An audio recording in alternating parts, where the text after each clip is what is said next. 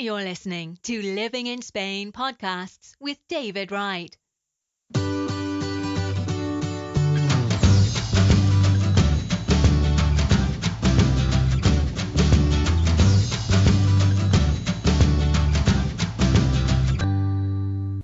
Hi, David Wright here, and today I'm with Alejandro from Salvador Tax and Legal. And Alejandro is also the Honorary British Consulate for Almeria. So I've got a few questions from my members and followers what I'm going to put to Alejandro today. So hi, Alejandro. Hello, David. Hi. First of all, Alejandro, the nomad visa. Any news on that? It's supposed to be this year. Is that correct? Yeah, this is what they say. They say that it's going to come to the Congress after the summer. Now in September that we are, 2022.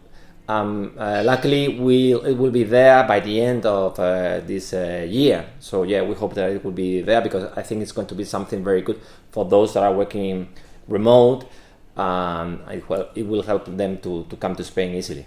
Good. Okay, and the other thing as well is self-employed. Now, after you've been in Spain as a as a resident for 1 year, you are allowed to start working. Now, some people have asked me, if they go self-employed, will they still have to show the income proof as well? They don't, do they? I think that's correct. Well, no. This is how it works. I will explain a bit because people maybe do not know.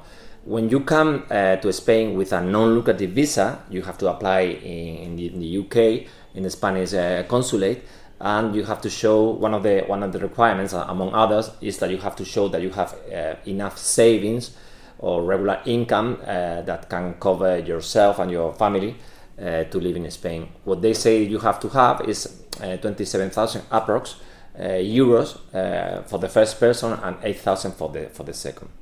Now, this non-lucrative visa is not allowing you to work in Spain. So some people that are looking to come and they are young, they have this thing, or they could think that after the first year or from the first year they cannot work ever in Spain. So that's why it's very important to tell people that when you have to renew after the first year, you can renew the 3 ways possible. First, you can renew it the same way you did it. You have savings in your bank account, Spain or in the UK or anywhere else. You just show that you have this money, these savings that we said before. Or and it's the same amount as the first year that you were asked, not double the income. Well, that's another conflict information that we are receiving because this is a national law, and what depend on the place where you are going to renew, that they interpret it that the law is saying something or the other.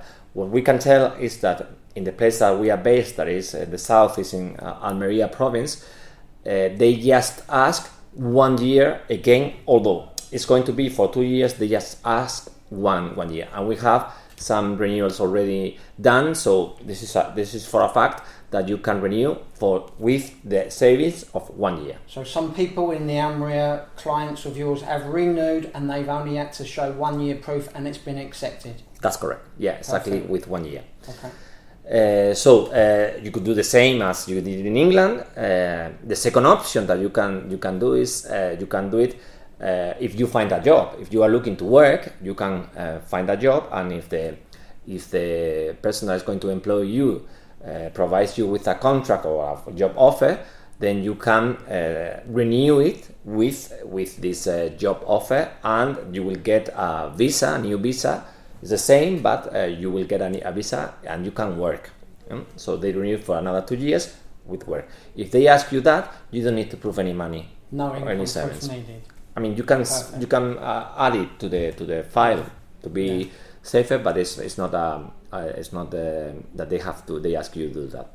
The third option that they have, that you have to renew, is that you start a business, right? You can start any kind of business. It's not, of course, something that we think or they think that is going to be already in place. For example, we have just done these days one business that is a cleaning business for holiday rentals. One of our clients, a couple, you have to submit a project, what you are going to do, and it's like a more formal than just saying that you are going to do. It's just that you have to with projections, but we take care of that.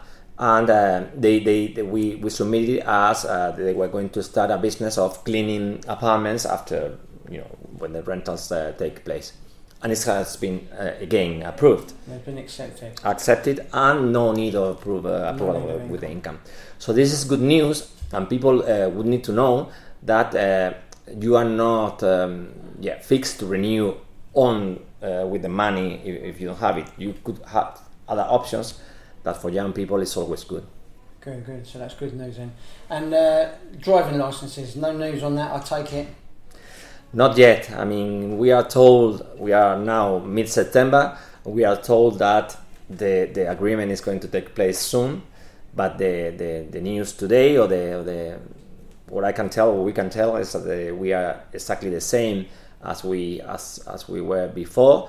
Those that didn't exchange their driver license after the Brexit, or 6 months after the Brexit took place, with the extensions that they did after October and April and May. After that, May 2022, you can't drive in Spain. You cannot use that driver license in Spain to drive. So people must be careful with that. And those that need a driver license, they should, in theory, take a test in Spain. And if somebody moves here tomorrow and they get their residency, they've still got 6 months from now. Yeah, that's correct. For those that come to Spain to live with the non-lucrative visa or other ways that we have, you have 6 extra months to, in theory, apply for the new Spanish driving license, or wait to see if this is going to change. That, in my opinion, this should be released very soon. Yeah, okay, brilliant. And Alejandro, one last thing, you've got a big meeting coming up later this week in Albox. I believe a lot of British people living in the Albox area. So can you just tell us a little bit about that, what you're going to be discussing there? Yeah, I mean, I like to do this. It's a kind of a talk where I explain to those that are here or they just arrived or they are looking to come. We explain them everything about their lives in Spain. Related, we talk about these things, about residencies, how to obtain visas, or after that, when you are here, we explain about the taxes, about the inheritance tax, driving license, if you want to start a business, if you want to buy a house, if you are selling, what happens.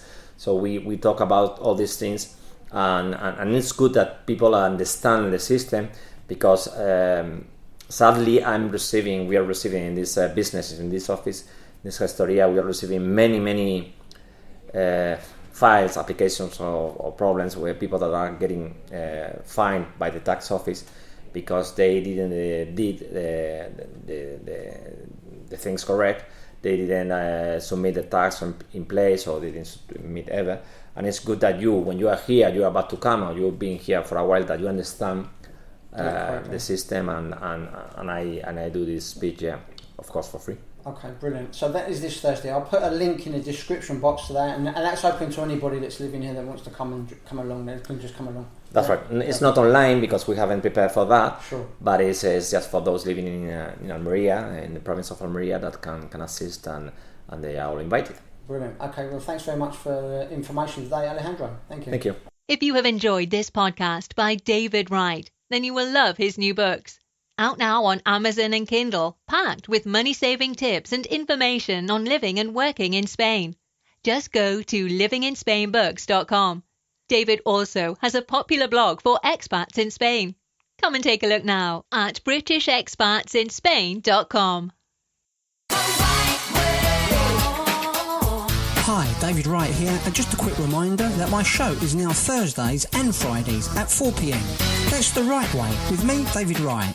Double the amount of shows and double the amount of information and advice, plus twice as much great music. So come join me every Thursday and Friday at 4 p.m. on Almeria Radio 107.5 FM.